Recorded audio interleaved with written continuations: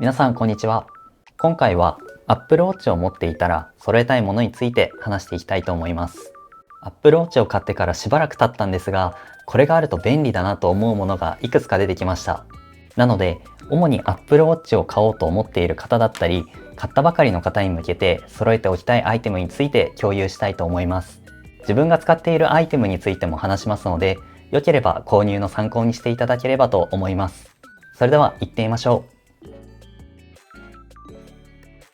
ではまず画面の保護フィルムと保護ケースについて話していきます。アルミモデルは本体側は吸い付きにくいんですけど、画面側はイオン X ガラスというガラスで吸い付きやすい特徴があります。一方でステンレスモデルは本体側は吸い付きやすく、画面はサファイアクリスタルなので吸い付きにくいようです。自分の感覚値ですが、アルミモデルの場合は画面の保護フィルムだけでも問題ないんじゃないかと思ってます。何度か軽くぶつけたくらいでは本体に傷がつかなかったからですね。ステンレスモデルは本体に傷がつきやすいということなので、保護ケース推奨かもしれません。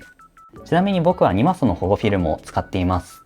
6枚入りで1300円くらいなのでコスパが良く、フィルムが目立ちにくいのが気に入ってます。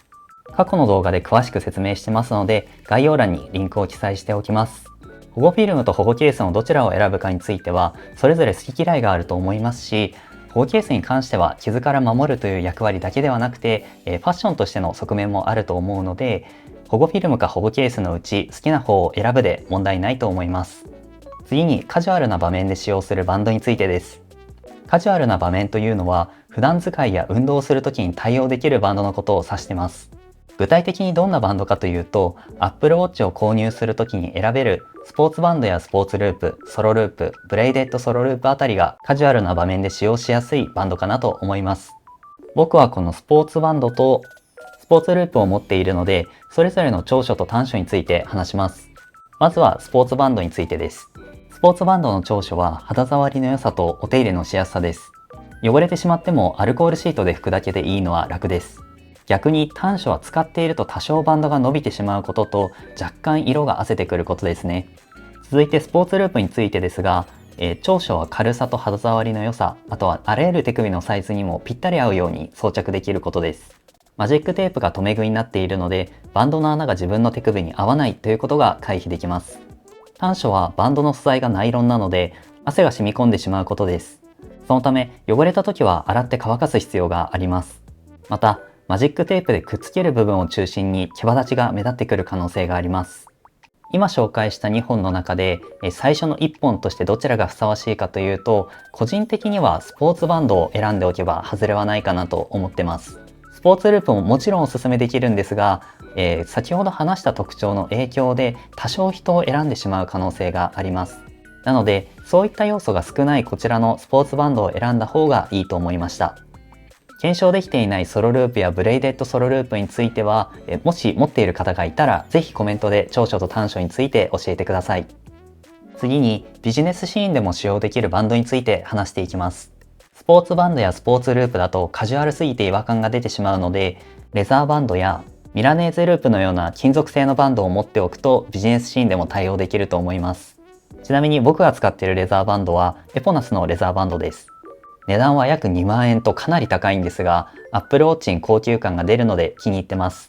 レザーバンドの短所としては、皮が傷みやすくなるため連日の使用が難しいことと、お手入れが面倒なこと、あと物によっては留め具の重さが気になってしまうことです。続いて金属製のバンドについてですが、BRG というブランドのミラネーゼループを使用してます。こちらは1000円ちょっととかなり安いバンドですね。安いんですが最低限の品質はあるので使ってます。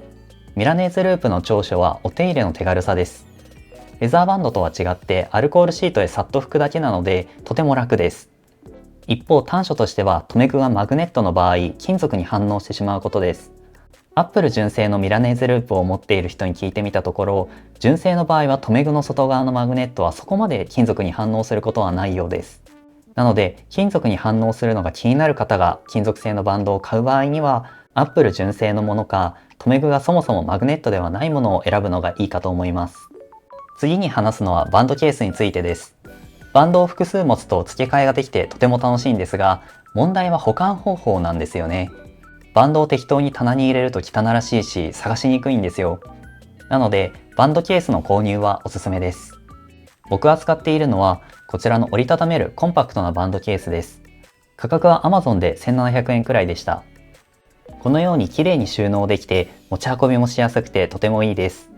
このケースのデメリットとしては5本までしか収納できないことですね。なのでバンドを5本以上持っている方はこれよりも大きいサイズのケースを買った方がいいかと思います。個人的にはたくさん収納できる大きめのバンドケースは便利そうだと思いつつも、携帯性もある程度ある方が旅行などの時に使いやすいかなと思ってこのケースを選んでます。次は充電スタンドについてです。Apple Watch のいまいちな点としては、この付属の充電ケーブルを使った充電体験があまり良くないことなんですよね。コードの長さは余ってしまうことが多いので、すっきりした見た目にならないし、Apple Watch にしか使用できないので、家だと PC のポートやコンセントを一つ占有してしまうんですよ。そこでおすすめしたいのが充電スタンドです。デスク周りがすっきりしますし、iPhone なども充電できるドックであれば、Apple Watch 専用のケーブル以外の充電ケーブルも使う必要がなくなるので、配線もすっきりさせることができます。ちなみに僕が使っているのはベルキンのワイヤレス充電器です。価格は約1万6000円くらいでした。高いのがデメリットなんですが、Apple Watch だけではなくて iPhone やワイヤレスイヤホンを充電することもできるので、3種類必要だったケーブルが1本にまとめられてとても便利です。またデザインがシンプルで家具に馴染むのもすごく気に入ってます。1点気になる点を挙げるとすれば、本体カラーがホワイトだとホコリが目立つので定期的な掃除が必要なことですね。次に充電アダプタについて話していきます。家では充電ドックで問題ないものの、旅行などの時は充電ドックを持っていくわけにはいかないので、充電ケーブルと充電アダプタを持って行ってます。僕が使っている充電アダプタはアンカーのパワーポートアトム3です。45W の充電まで対応しているモデルですね。Apple Watch だけに使うならワット数はここまでいらないんですが、iPhone やその他の機器の充電にも使っているので、このアダプタを選んでいます。充電アダプタとケーブルを持っていくメリットはアダプタによるんですが軽いことですね。逆にデメリットとしては場合によってはケーブルを複数持っていかないといけないことです。充電アダプタが嫌ならワイヤレス充電可能なモバイルバッテリーとモバイルバッテリーを充電するためのケーブルを持っていくのが代替案になりそうですね。ただモバイルバッテリーは重いのがデメリットだと思うので、個人的には現状は充電アダプタを持っていってます。はい、今回は Apple Watch を持っていたら揃えたいものについて話してきました。一旦これは揃えた方がいいかもと思うものをまとめてみましたが、他にもあった方がいいものがあればぜひコメントで教えてください。今回の動画は以上となります。この動画が良かったらチャンネル登録と動画の高評価をよろしくお願いします。